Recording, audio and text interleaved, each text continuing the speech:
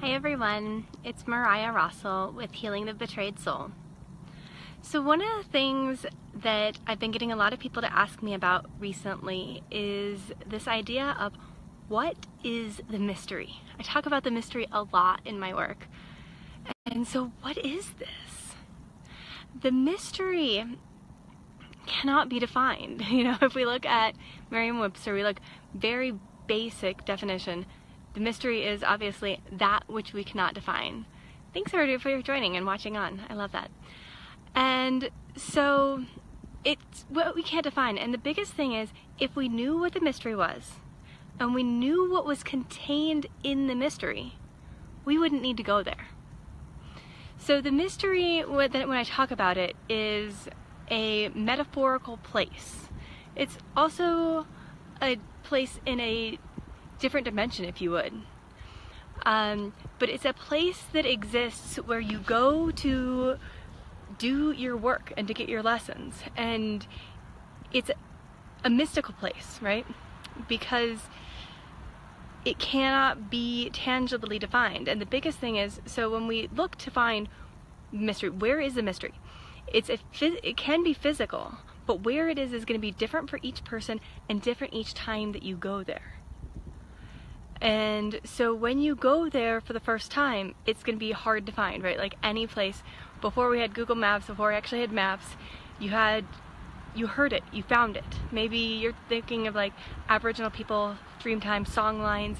There was a way to find that, right? So the mystery does physically exist in other dimensions, if that makes sense.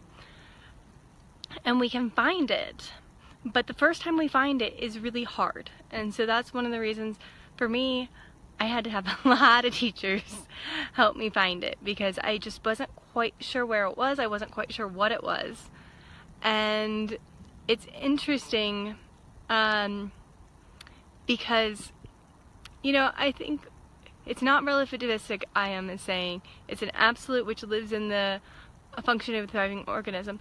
I disagree. I think it is relative, because I think that, I think the question is, what mystery are we talking about? If we're talking about, we could talk about biblical God's mystery. That's not really the one that I want to talk about today. And so it's going to be different for each person. And why do we go there? We go there because there's something that's contained in the mystery that we cannot find in this gross reality. There's something that we're looking for that does not exist in this reality. And so we're looking for that mystery because it is essentially the place where we have to go. And there's a lovely story that I actually really love about this. It's called Umrazum. I'm not sure if you've ever heard the legend of Umrazum. And the title of the book is I know not where to find I know not what. And so that's exactly what the idea of the mystery is you're going somewhere, you don't know where it is, you don't know what you're going to find, and it's going to be different for each person. And when we look at it on a metaphorical realm, yes, there are doors and portals, but because we live in such a multidimensional infinite universe, that the doors will open different portals for different people. And sometimes you will end up in the same portal as other people, but not always. And so the biggest thing with finding the mystery is really being able to overcome it. Because first you have to, I would definitely disagree that there's only one reality. In my perspective, there's lots of different realities. And that you can tap into them based on your experiences. You can have different cultures and you have different societies, but so each culture and each society could theoretically have its own reality. But then what happens when people travel and experience other cultures? So each person actually has their own experience. We're all the cumulative experience of every single experience that we've ever had, right? And so, yes, you may have grown up in one predominant culture, but the way that you grew up is slightly different than the way that everybody else that was in that same culture grew up. And so what the mystery is for you is going to be different than the way that the mystery is for other people. And so to get to the mystery, so the work that I do, So the work that I do is really about working with betrayals, and my belief is that you have to have gone through some level of betrayal in order to have the courage to enter the mystery, because the mystery is really a painful process. It's beautiful, it's amazing, and there's pain to it because what you're essentially doing is you've lived the way that you've lived for so long, and you know what the pain is. You've almost become comfortable in the discomfort because you know it.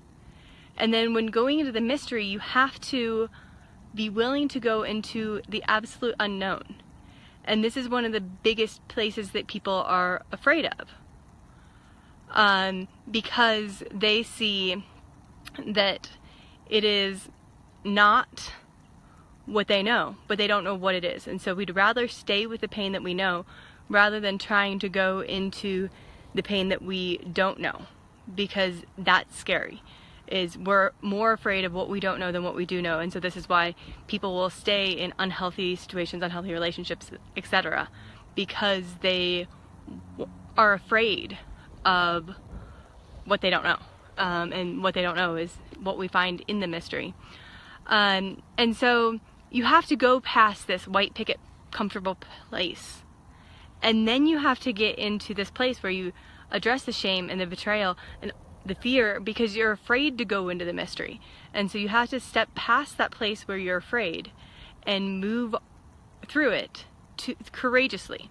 And so that's the difference between, I guess, that's the biggest thing of courage is I know it's going to hurt, I know it's not going to be fun, and I'm going to do it anyways.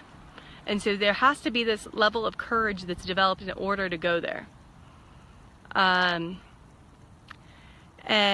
so the biggest thing is, why do we go into the mystery? Is we go because something that we know is not working. If everything was working well and we were happy and everything was beautiful and working out well, then there would be absolutely no need to enter this space of the mystery. But when things are not going very well, or something is not going well, then this is where that idea of the betrayal, giving us that courage to go into the mystery, to find, as I just said earlier in that story in Resume, we go to find something in a place where we don't know where it is. Because if we knew what it was and we knew where it was, it wouldn't be a mystery. It would be that, oh, well, I obviously just need to go do this. And if you already know what you need to go do, then there are no problems. But the whole process of going into the mystery is admitting, I don't know what I'm doing. I don't know where I'm going, and I need to go on this journey to find something. And the closer you get to it, the clearer it will be. But as you go through this process is where this clarity is going to come. Because otherwise, you're going to come and if you even think you know what you're going to, then it's not a mystery, right? Then that's a goal and a vision and a thought. And so you have to give up any ideas that you have, any illusions that you have, face those and let them go so that you can actually enter the mystery. Because otherwise, you're just going on a journey that you already know. So thank you everyone for tuning in today. My battery's about to die, so have a lovely day. I'll talk to you soon. Bye.